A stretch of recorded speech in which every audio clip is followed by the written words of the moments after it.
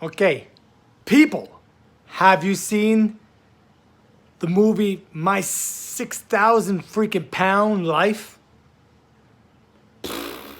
Man, that's so depressing. I understand 100%, okay, that there is lots of issues in terms of obesity. That is tragedy. The food's an addiction, and then there's thyroid issues. I know, I get it. But the show itself, it's just the first 30 minutes of the show, it's just like, just down. So I put on a couple clips here, okay?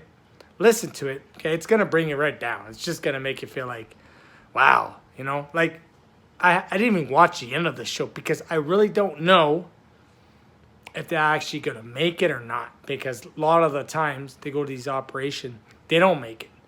And I feel bad for that. I really do. So take a listen, people. Okay, see how crappy you feel, where you just want to lay down and do nothing. To the end, you just want to get up and do something. And that's the whole purpose of this video. Enjoy. About everything. What do you want, your chair? In the water room. Okay. Rick's oldest daughter lives with us too, but I don't want my weight to mess up her life and her opportunities. So Rick is the one who has the burden of caring for me all day, every day. Because I can barely make it a few feet just to get somewhere where I can sit down. It's absolutely humiliating to have to rely on someone else just to do basic things, like getting up or using the bathroom. But the scariest part is sitting in somewhere small and realizing that I'm almost too big to fit in those places. And I'm worried that one day I'm going to go to the bathroom and I'm not going to be able to fit in the toilet.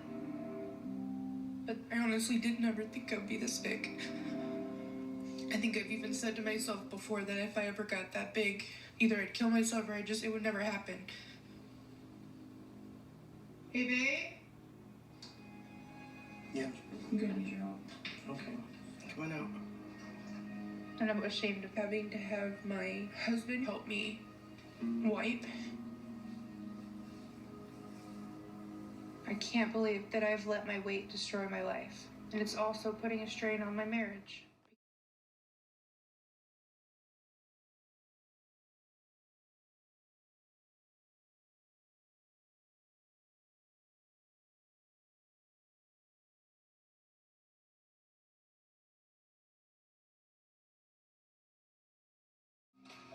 Sometimes I feel so hopeless. And I think that maybe it's not worth it. Maybe it would have been better if I had never been born. Oh my God.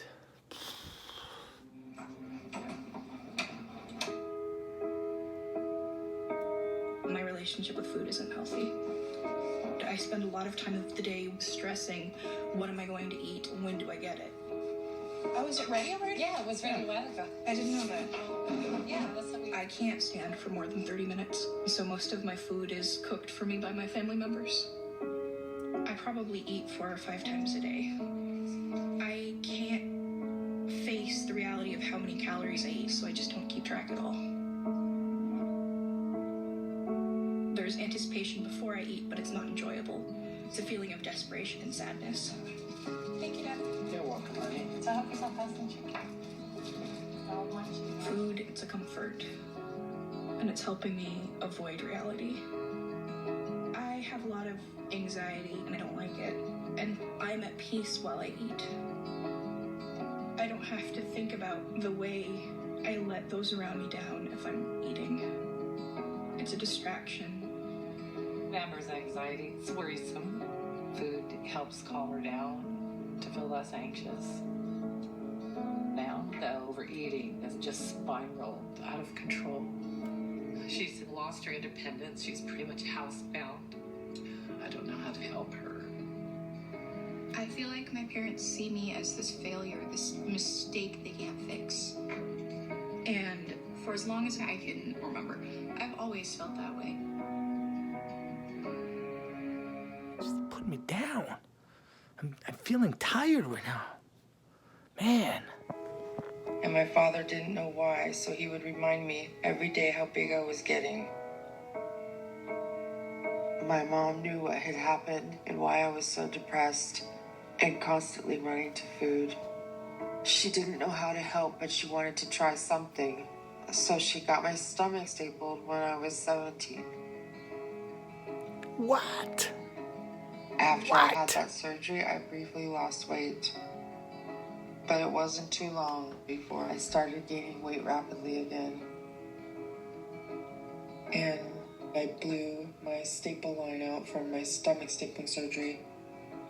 I had What? to go in for another surgery so that they could repair my stomach. But I had done so much damage that they couldn't put my staples back in exactly the same way. So it wasn't Okay, I can't effective handle this anymore. shit no more, man. It's way just too started negative. again. This is what you do. All these people out there today that want to promote this positive body love image movement. Let me explain something to you real quick. When you want to dance around in your skin tight leotards with your fat rolls hanging out and saying you should love me for my personality, not my body, and you're promoting laziness and eating unhealthy and doing this, that, and the other and giving little care or concern to your body, let me tell you something. Let me accuse you of one thing here. You will not be there by the bedsides of the people that are currently dying from heart disease, which is the leading killer in the United States right now. You will not be the one paying the damn hospital bills. But you can stand there at their bedside and, pet them as they're dying and say, well, you know what? At least people love you for your personality. Let me tell you something about self-respect. If you've got self-respect, you respect yourself enough to take care of the only body you've got. And suddenly, all of a sudden, everyone in this world has got a damn excuse why they can't be healthy. You sit there and say, what's your reason for being overweight? Oh, well, and then the excuses start coming out. When so many of you know damn good and well, deep down, you have no excuse. You need to stop this cotton picking, whining, this crying all the damn time, and get up and do something about it.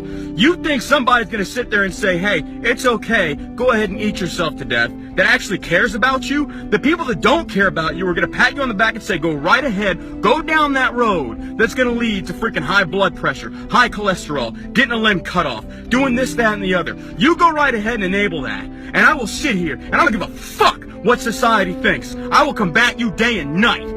And the biggest thing I see getting in the way is your fucking feelings. You want to sit there and bitch, whine, and cry about your goddamn feelings all the time. Oh, well, he hurt my feelings. Fuck your feelings. I'll tell you what you need to hear, not what you want. We've got a society of politically correct bitches out there that want to sit there and preach this is what they want to hear, give it to them, rather than this is what they need to save their fucking life. But you don't understand that. You're not willing to stand up and preach out against these people out there that promote this bullshit movement. I'm all for people that are overweight, doing something for themselves. I'll give them all the help I can. Good for them. It's not the fact that they're obese why I don't agree with them. It's the fact they're making an excuse and not doing anything about it. And then trying to justify it and get other people to follow along their footsteps. Fuck that. You sit there and explain to those children that are being brought up in the same fashion why they're facing a lifetime of medical conditions because your fucking lazy ass didn't have the ability, didn't have the drive and the motivation to get up and do something for them, to teach them the right way, to take it upon yourself to educate yourself. Google, the internet, it's a hell of a tool. You can learn so much out there, but you choose not to. Where there's a will, there's a way.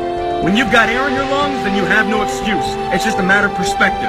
You're either gonna be a fucking sheep, or you're gonna be a lion. You're gonna be an attacker and a go-getter. But if you want to sit there and cry, bitch, and moan and whine all the fucking time while you can't, then you sit your ass on that bench with the losers, and you stay there, and you eat yourself to death. But don't expect me to turn around and pat you on the back and say, hey, good job for being a fucking quitter. Get up and do something about it. Sick and tired of all these damn excuses. Well, fuck your feelings. That is so true. What do you do about the negative guy that's trying to bring you down?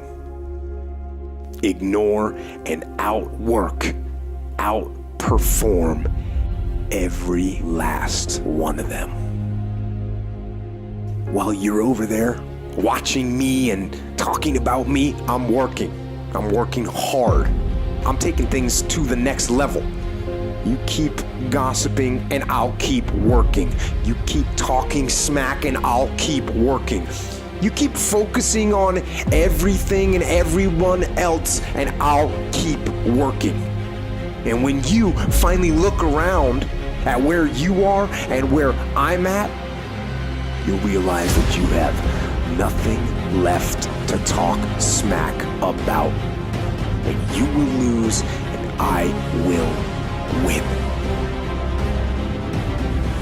Never allow anybody to make you feel bad about being so blessed when you've worked your ass off to get it. To all of the men and the women who work their ass off every fucking day, don't lose no sleep over these haters, man. The reason they got a problem with your life is because they don't have a life. You got a problem with me? You go right on ahead, homie. I sleep good at night because I've gotten rid of all things, people, and situations that were bringing drama, negativity, and dysfunction in my life. Now that's what I'm talking about. Positive.